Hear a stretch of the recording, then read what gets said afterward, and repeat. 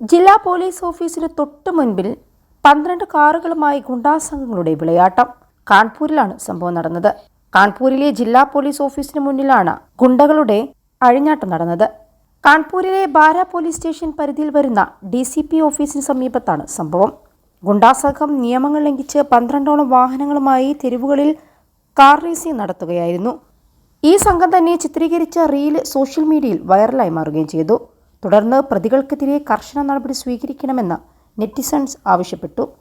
Number പ്ലേറ്റില്ലാത്ത SUVകളിൽ black ഫിലിമുകൾ ഒട്ടിച്ചിരുന്നു. കാറിന്റെ മുൻസീറ്റിലിരുന്ന് ക്യാമറയ്ക്ക് നേരെ കൈവീശി കാണിക്കുന്ന കാമുകിയെ കാണാമായിരുന്നു. ഇവർ കാറിന്റെ മുന്നിലും ബാക്കിലായി നിരവധി കാറുകളും അഭ്യാസ പ്രകടനം നടത്തി. കാറുകൾ റോഡിൽ അതിവേഗം പായുന്നതും വൃത്താകൃതിയിൽ അഭ്യാസ പ്രകടനം നടത്തുന്നതും ഇവർ തന്നെ വീഡിയോ ഷൂട്ട് ചെയ്യുകയായിരുന്നു. 21 ലക്ഷത്തോളം സന്തുഷ്ടരായ ഉപഭോക്താക്കളും 2 ലക്ഷത്തോളം തിമിര ശസ്ത്രക്രിയകളും പൂർത്തിയാക്കിയ മലബാറിലെ ഏക കണ്ണാശുപത്രി Al Salama high hospital, hospital road, Perinthalmanna. ഗുണ്ടാസംഘം ക്യാമറയ്ക്കു നേരെ പുഞ്ചിരിക്കുകയും കൈവീശുകയും ചെയ്യുന്നുണ്ട്.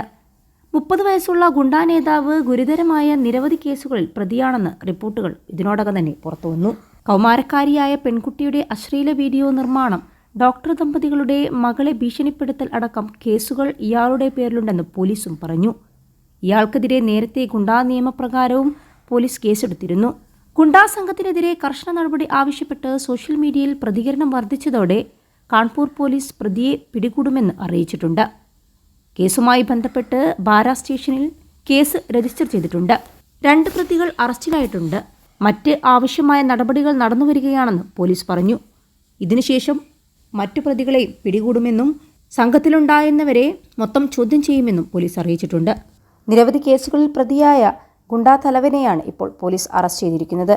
മോട്ടോർ വാഹന നിയമങ്ങളെ കാറ്റിൽ പറത്തിയാണ് ഇത്തരം അഭ്യാസ പ്രകടനങ്ങൾ.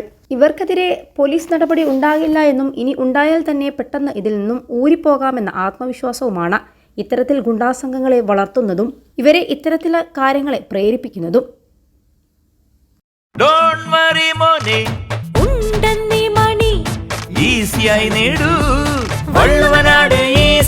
ആവശ്യം ഏതുമാകട്ടെ, പണം ഞങ്ങൾ തരും.